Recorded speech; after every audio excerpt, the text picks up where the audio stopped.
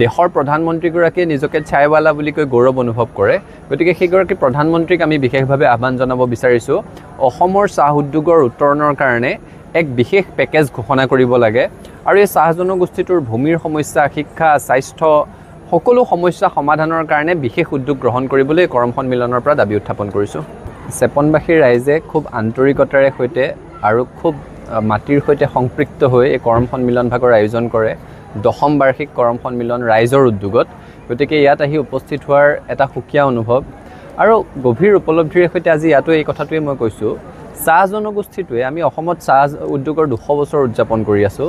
চাহ জনগোষ্ঠীয়ে 200টা বছৰ ধৰি আমাক সাংস্কৃতিকভাৱে চহকী কৰি আছে। তেওঁলোকৰ বিভিন্ন সাংস্কৃতিক উপাদানেৰে সৈতে জাতিটোৰ বৰঘৰ চহকী হৈছে, ভাষিকভাৱে চহকী কৰি আছে।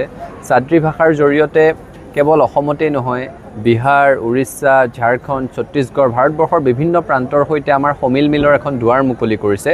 আৰু অৰ্থনৈতিকভাৱেতো ক'বই নালাগে, দেশৰ মুঠ চাহৰ 51% অসমে উৎপাদন কৰি আছোঁ। সমগ্ৰ বিশ্বৰ 11% আমি উৎপাদন কৰি আছোঁ আৰু গোটেই বিশ্বৰ বিভিন্ন প্ৰান্তত যেতিয়া 9 কাপ চাহ বাকি লোৱা হয়, তাৰে 1 কাপ চাহ অসমৰ চাহেৰে সৈতে তৈয়াৰ কৰা হয়।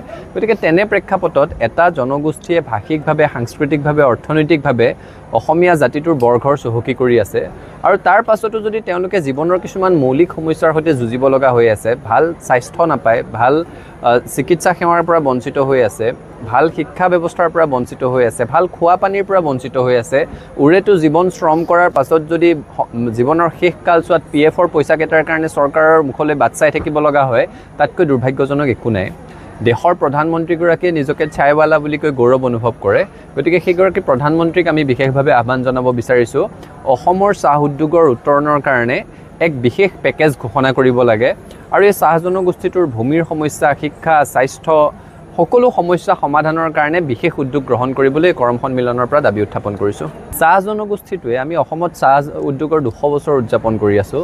চাহ জনগোষ্ঠীয়ে 200টা বছৰ ধৰি আমাক সাংস্কৃতিকভাৱে চহকী কৰি আছে। তেওঁলোকৰ বিভিন্ন সাংস্কৃতিক উপাদানেৰে সৈতে জাতিটোৰ বৰঘৰ চহকী হৈছে, ভাষিকভাৱে চহকী কৰি আছে।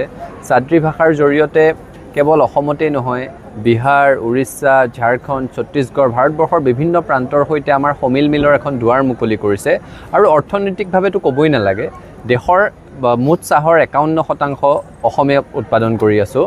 সমগ্ৰ বিশ্বৰ 11% আমি উৎপাদন কৰি আছোঁ আৰু গোটেই বিশ্বৰ বিভিন্ন প্ৰান্তত যেতিয়া 9 কাপ চাহ বাকি লোৱা হয়, তাৰে 1 কাপ চাহ অসমৰ চাহেৰে সৈতে তৈয়াৰ কৰা হয়।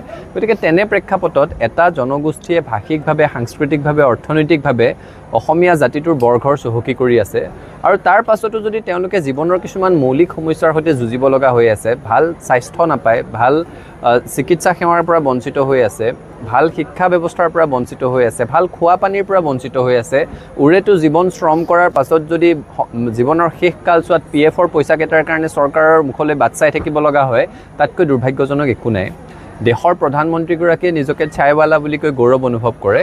গতিকে সেইগৰাকী প্ৰধানমন্ত্ৰীক আমি বিশেষভাৱে আহ্বান জনাব বিচাৰিছোঁ অসমৰ চাহ উদ্যোগৰ উত্তৰণৰ কাৰণে এক বিশেষ পেকেজ ঘোষণা কৰিব লাগে আৰু এই চাহ জনগোষ্ঠীটোৰ ভূমিৰ সমস্যা, শিক্ষা, স্বাস্থ্য সকলো সমস্যা সমাধানৰ কাৰণে বিশেষ উদ্যোগ গ্ৰহণ কৰিবলৈ কৰম সন্মিলনৰ পৰা দাবী উত্থাপন কৰিছোঁ।